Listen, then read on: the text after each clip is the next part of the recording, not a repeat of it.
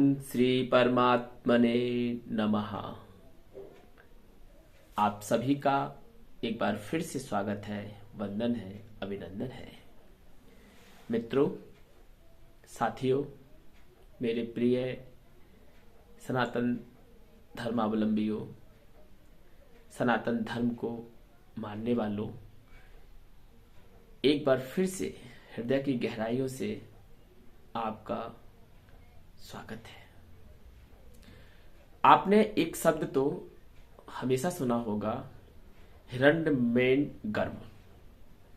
ये हिरण्मय गर्भ क्या होता है? आज इसी पर एक संक्षिप्त वार्ता आपके समक्ष हम करेंगे।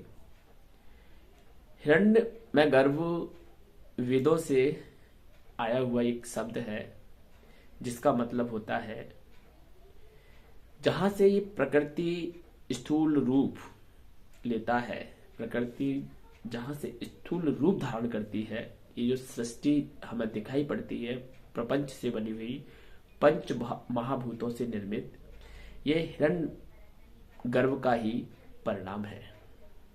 हिरण्य गर्भ आप ऐसे समझ सकते हैं कि सृष्टि का जो बीज होता है वह हिरण्यमय गर्भ से ही उत्पन्न होता है।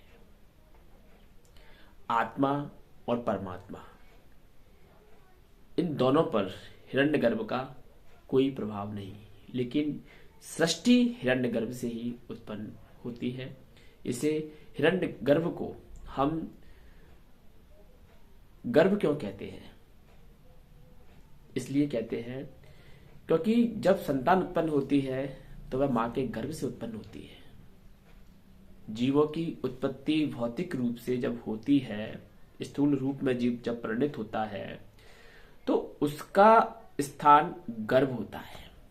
ऐसे ही ये सृष्टि जब अपनी अव्यक्त अवस्था से व्यक्त होती है तो ये हिरण्य गर्भ से ही उत्पन्न होती है।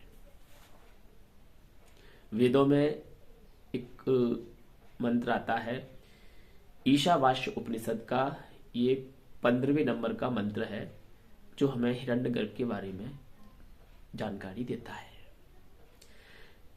ऐसे है, हिरण्मयेन पात्रेण सत्तस्य पिहितम मुखम पुसन्न अपावरणु सत्य धर्माय दृष्टय। अर्थात हे परमात्मा, हे सर्वेश्वर, हे ईश्वरों के ईश्वर, हे महाईश, आप ये जो हिरण्मय पात्र है, जिससे अपने मुख को ढक रखा है, जिससे अपने आप को ढक रखा है, इस सृष्टि से, इस माया से प्रभावित होकर के जीव वास्तविक सत्य को नहीं जान पाता है।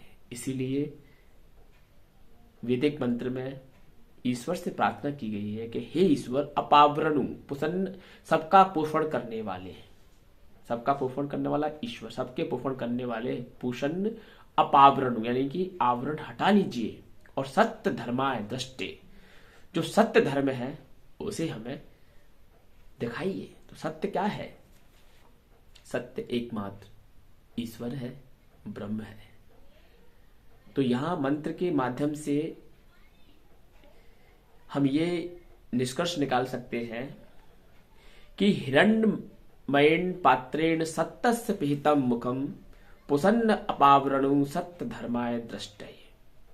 अर्थात ये जो प्रकृति रूपी चक्र आपको दिख रहा है, इसके पार परमात्मा है, उसे ही हमें जानना है, उसे ही समझना है, और वही सत्य है, वही सत्य धर्म है।